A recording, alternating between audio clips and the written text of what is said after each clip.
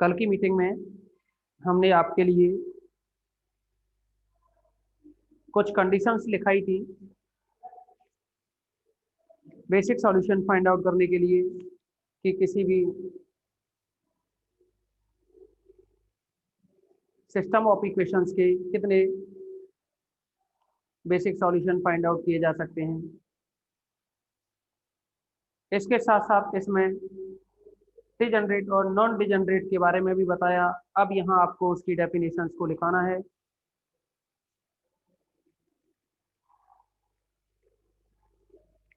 तो आपको हमने हेडिंग भी डलवा दी थी, तो आप बताएंगे हेडिंग पहले जो डाली थी आपने वो नॉन डिजनरेट थी या डिजनरेट।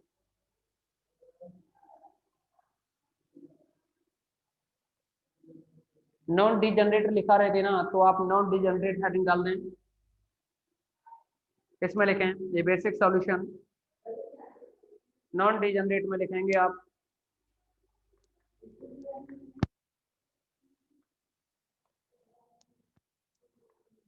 नॉन डिजनरेट, और इसमें लिखेंगे आप नॉन डिजनरेट में a basic solution is called a basic solution is called non degenerate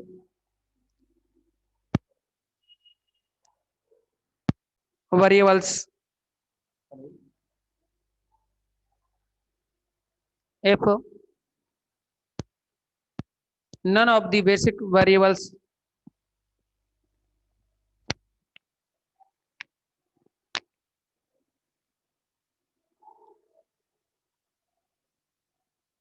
vanishes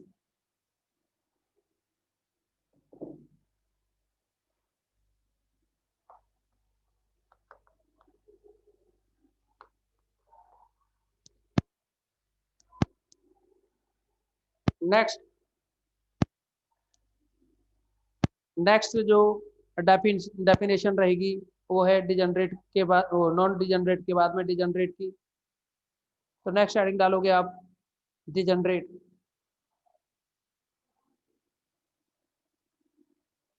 और इसमें लिखेंगे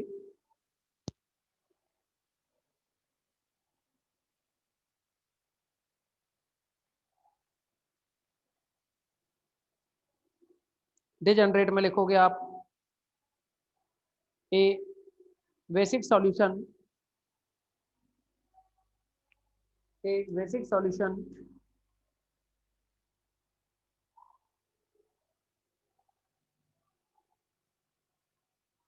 is called degenerate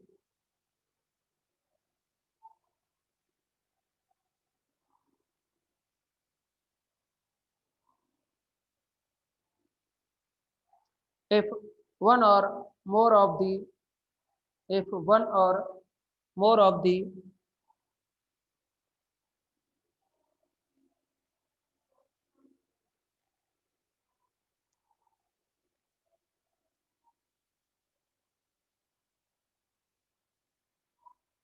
if one or more of the basic variables are zero,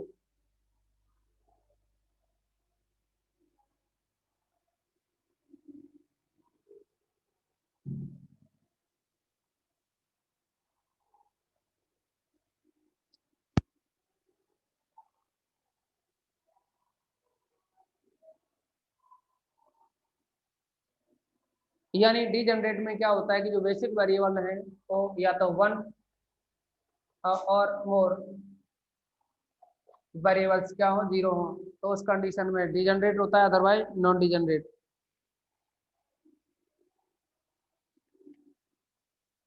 अब आप इसमें बेसिक फिजिबल सॉल्यूशन के बारे में पढ़ेंगे। तो बेसिक फिजिबल सॉल्यूशन के लिए क्या है, जो आपने फिजिबल सॉल्यूशन पढ़ा था ना, आपने फिजिबल सॉल्यूशन यानी बेसिक सॉल्यूशन जो पढ़ा, एक तो होता है basic solution,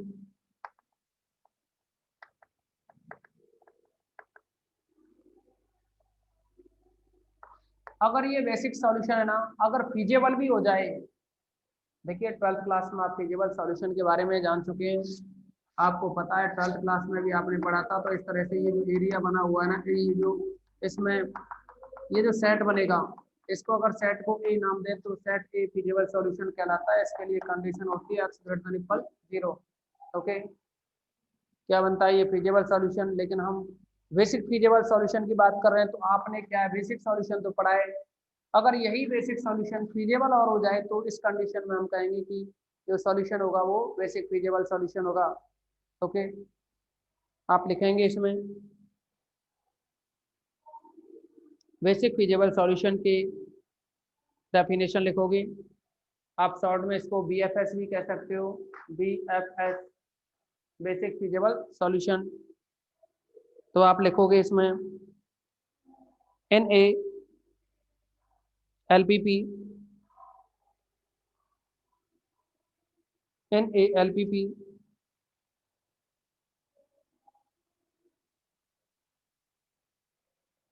NaLPP a feasible solution is called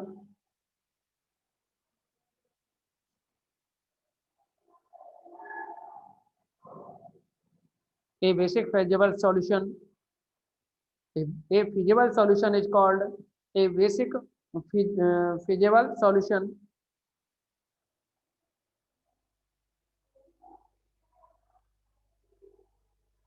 if it is also basic. If it is also basic.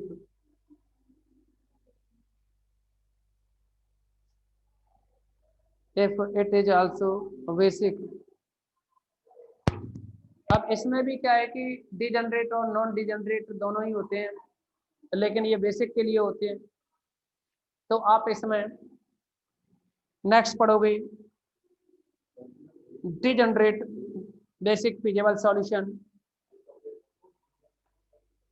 ये क्या कर रही है, हेलो।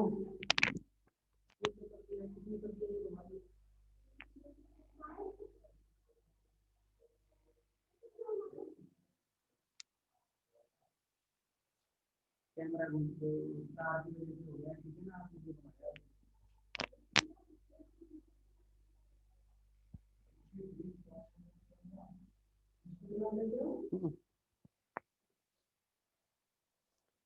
तो यानी नेक्स्ट है इसमें हेडिंग डालेंगे आप degenerate degenerate BFS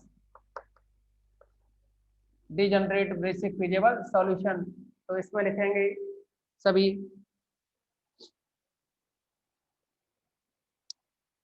a basic feasible solution is said to be a basic feasible solution is said to be a basic feasible solution is said to be a degenerate BFS a degenerate BFS if at least one of the basic variables if if at least one of the basic variables is 0 if at least one of the basic variables is 0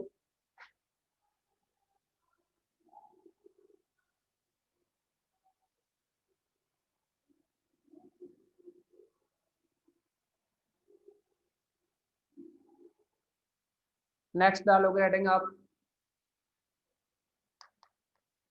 non degenerate basic feasible solution non degenerate BFS। Next heading रहेगी non degenerate BFS।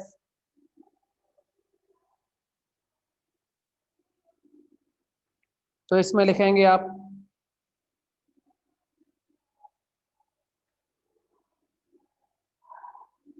a basic feasible solution is a basic feasible solution is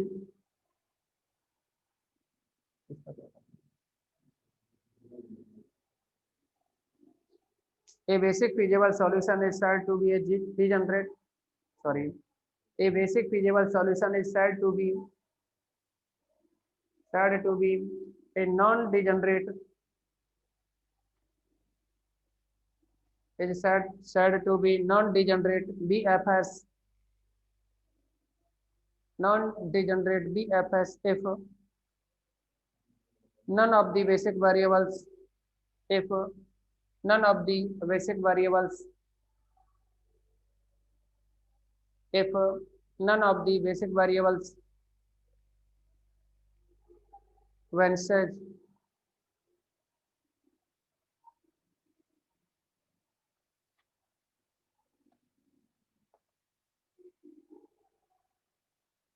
okay. तो ये तो हो गई degenerate, non degenerate और degenerate BFS और non degenerate BFS इनकी definitions. अब देखिए आपको क्या है यहाँ, हम इस पर डिपेंड एक क्वेश्चंस के बारे में डिस्कस करेंगे। ओके,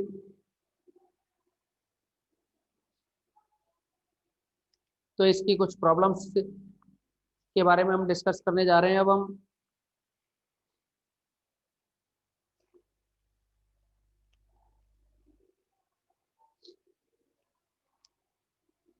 या फिर आप कुछ डेफिनेशंस को और लिख सकते हो, कॉन्वेक्स और कॉनकेव इनकी जो डेफिनेशन है, अदरवाइज इनको बाद में डिस्कस करेंगे। पहले आप क्या है कि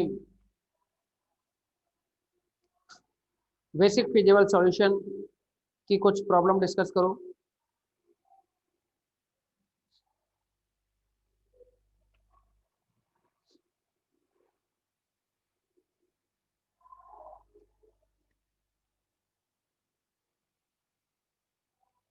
एग्जाम्पल 24 है इसमें, एग्जाम्पल नंबर 24।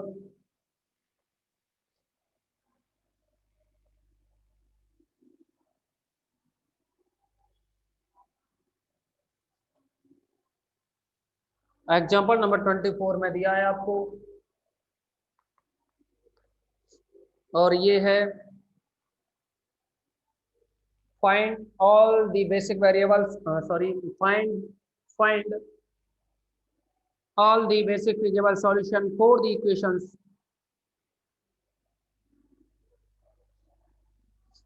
तो इसमें इक्वेशंस दे रखे हैं, सिस्टम ऑफ इक्वेशंस है, ये है 2x1 plus 6x2 plus 2x3 plus x4 equal to 3।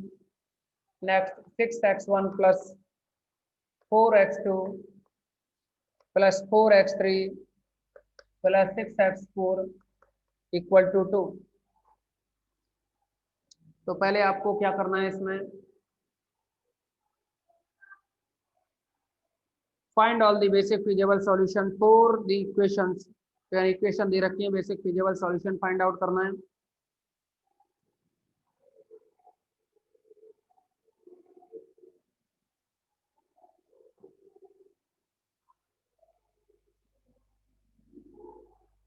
आप इसमें समझेंगे, आपके पास जो डिटरमिनेंट ए है या मैट्रिक्स ए है, इसकी वैल्यू रहेगी 2664 या 2621, 2621, 6446, 6446 एंड बी इक्वल टू है अपने पास 3232।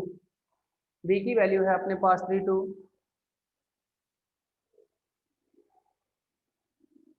अब यहाँ आपके पास ये कॉलम है फर्स्ट वाला, इसको वेक्टर अल्फा वन नाम से, अल्फा वन नाम दोगे 64 को। सेकंड वेक्टर ये कॉलम वेक्टर अल्फा थ्री, इसको अल्फा फोर। तो आप इसको डिनोट कर सकते हो alpha one, alpha two, alpha three, alpha four, alpha one, alpha two, alpha three, alpha four. Okay, A equal to, next इसमें यहाँ अगर हम number of basic feasible solution की बात करें, maximum number of basic feasible solution, तो आपको पता है, आपको कल बताया था एनसीएम, एनसीएम के द्वारा इसको डिनोट किया था ना। तो इसमें आप लिख सकते हैं since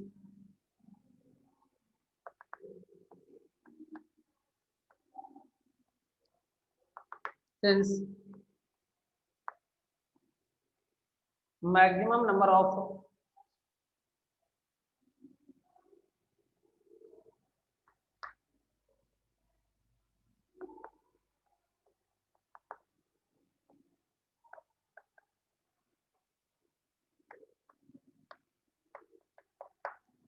basic solution equal to NCM. अब एनसीएम का मतलब है यहाँ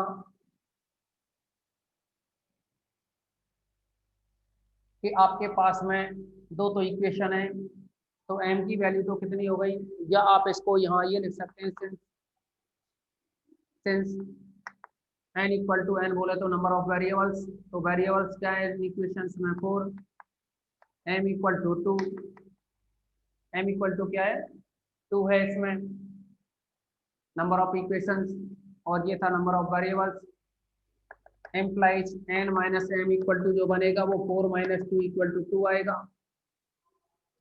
then we take 2 elements 0, that is 2 variables, and we can take 2 variables 0, then maximum number of basic feasible basic solution, then maximum number of basic solution। तो आप देखेंगे यहाँ ये फॉर्मूला होता है एनसीएम, एनसीएम, तो एनसीएम एन क्या होता है इसमें नंबर ऑफ वेरिएबल्स जो कि 4 है, सी एम की वैल्यू क्या है नंबर ऑफ इक्वेशंस जो कि 2 है, तो ये बनेगा यहाँ 6। 4C2 को सॉल्व करोगे तो ये वैल्यू आएगी 6, और ये 6 वैल्यू रहेगी ना, तो यहाँ आप देखेंगे अब कि मैक्सिमम नंबर क्या हो गया बेसिक सॉल्यूशन का 6 हो गया, लेकिन लिख के कैसे जाएंगे, जो बेसिक सॉल्यूशन निकलेंगे ना ये 6 होंगे, लेकिन किस तरह से, लेट B1, B1 में आप यहाँ अल्फा 1 अल्फा 2 को ले सकते हैं, alpha 1 alpha 2, B2 alpha 1 alpha 3 ले सकते हैं,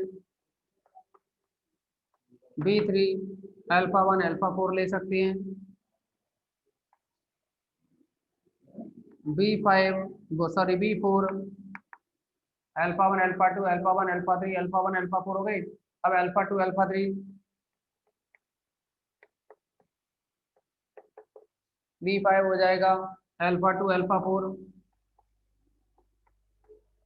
B6 की वैल्यू बनेगी अल्फा 2 अल्फा 3 हो गया, अल्फा 2 अल्फा 4 हो गया, अब अल्फा 3 अल्फा 4 बचा।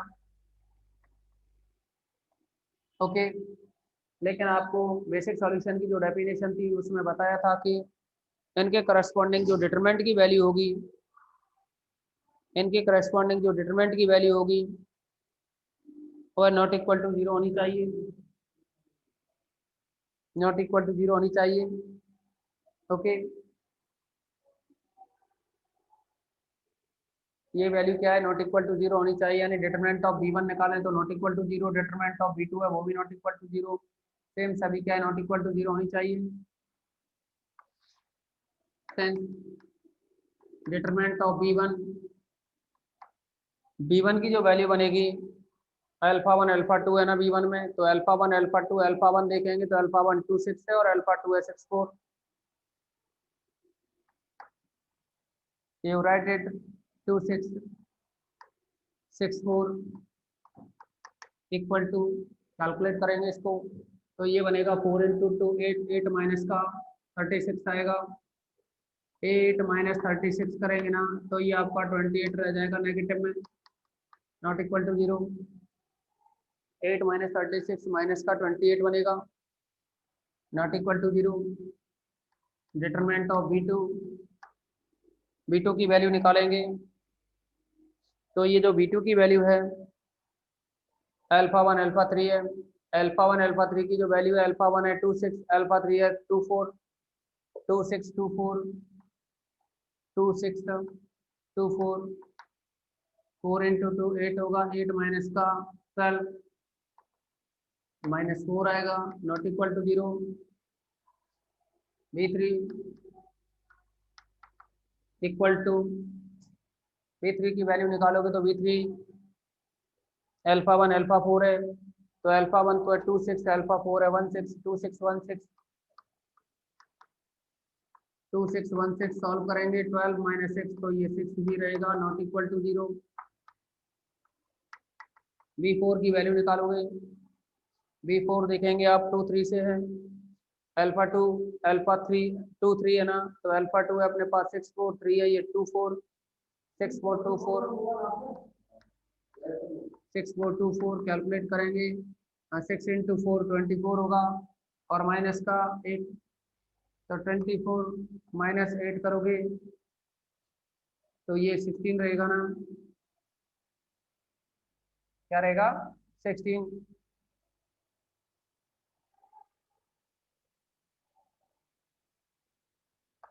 which is not equal to 0।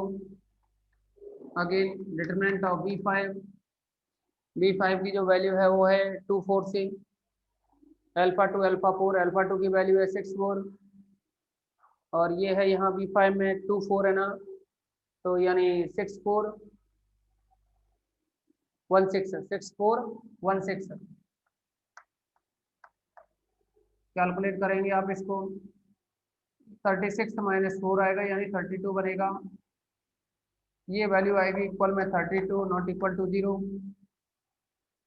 And V6 equal to, V6 की वैल्यू निकालोगे तो ये है 3 4 से, यानी अल्फा 3 अल्फा 4, अल्फा 3 है 2 4 और ये है 1 6, 2 4 1 6, ये बन जाएगा यहाँ 12 माइनस 4 8 आएगा नॉट इक्वल टू 0। सारी वैल्यू निकालनी होंगी आपको, तो ये निकले हमारे पास डिटरमिनेंट की वैल्यू। ओके, V1 की वैल्यू -28 है, V2 की वैल्यू अपने पास में माइनस का 4, V3 की वैल्यू 6 है, V4 की वैल्यू 16, V5 की वैल्यू 32, V6 की वैल्यू 8। ओके, अब आप सभी क्या करेंगे, इस क्लास को एक बार रिज्वाइन करेंगे। ओके, क्लास को रिज्वाइन करेंगे।